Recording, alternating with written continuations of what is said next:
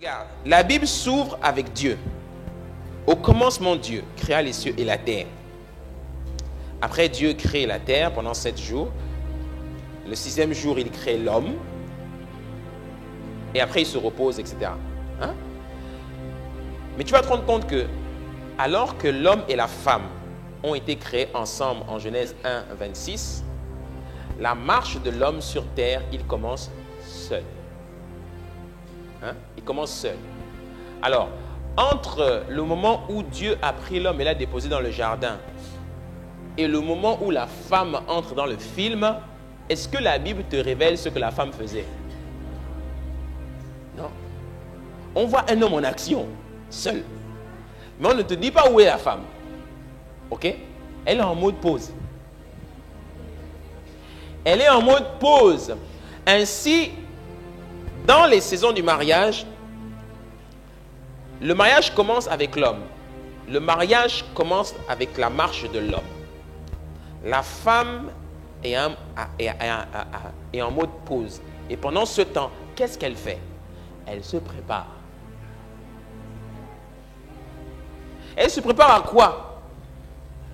La première saison dans laquelle l'homme entre, c'est la saison de l'apprentissage. Le mariage commence avec l'homme en train d'apprendre. Dieu prend l'homme et le prépare au mariage. Ok? La femme, elle aussi, elle se prépare. Mais elle ne se prépare pas de la même manière que l'homme. L'homme, on le voit dans le jardin. On le voit en train de faire beaucoup de choses, tout ça. Il joue le dur et autres. Il transpire. Elle, tu sais comment elle se prépare? Toutes les femmes se préparent au mariage comme Esther. Chapitre 2 au verset 12. Chaque jeune fille allait à son tour vers le roi Assuérus après avoir employé 12 mois à s'acquitter de ce qui est prescrit aux femmes. Qu'est-ce qui est prescrit aux femmes? Pendant ce temps, dis avec moi, pendant ce temps, pendant que Adam travaille dans le jardin, pendant que Adam est en train de cultiver le jardin, pendant que Dieu est en train de façonner Adam pour le mariage, pendant ce temps, qu'est-ce qu'elle fait? Elle prend soin de sa toilette. 6 mois avec de l'huile de myrrhe, 6 mois avec des aromates et des parfums en usage parmi les femmes. Pasteur, qu'est-ce que je dois faire pour me préparer au mariage? Fais ta toilette.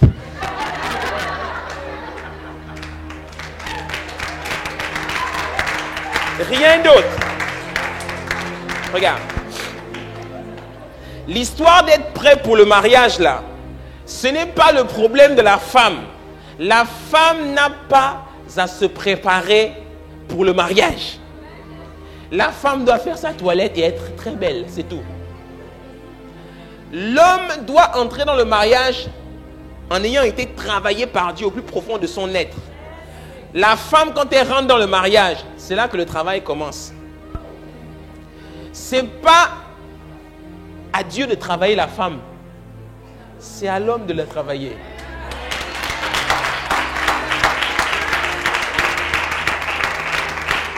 Elle doit, bien entendu, elle doit être guérie de ses blessures émotionnelles. Elle a une vie aussi quand même, ok?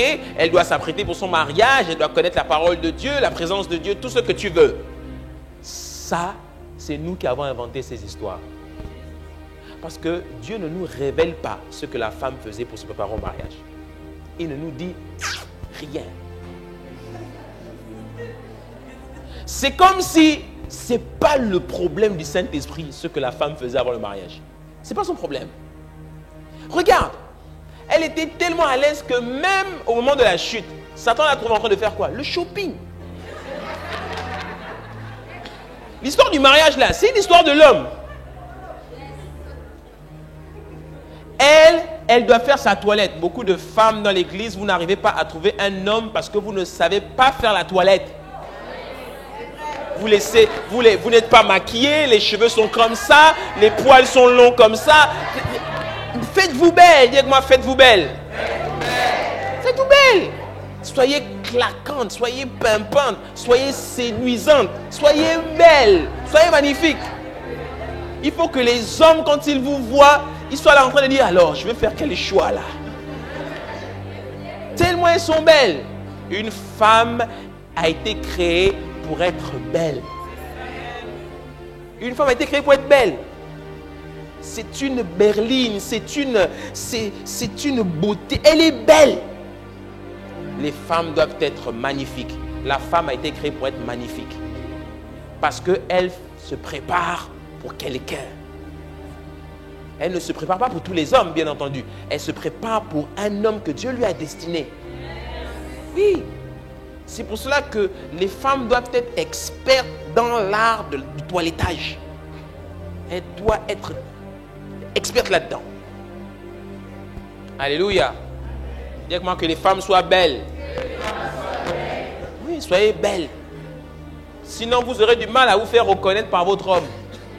L'homme, lui, il s'attend à voir une femme belle.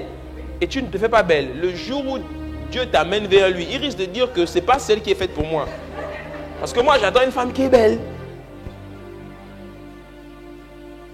Tu vois, même quand tu sors de chez toi, non, même avant de sortir, même à la maison, sois toujours belle. Pour ton mari, sois belle. Le matin, quand tu te lèves, sois belle. Même au réveil, sois belle. Sans le parfum dès que tu te réveilles. Le soir, quand tu vas te coucher, sans le parfum, sois belle. La Bible dit que Salomon dit encore que l'homme doit se réjouir de la femme de sa jeunesse.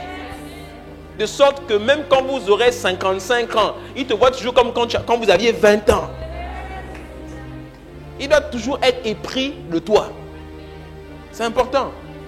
Ta manière de t'habiller, ta manière de te pomponner, ton langage, ta manière de te comporter, tout doit toujours l'attirer. Alléluia. Dis avec moi, l'homme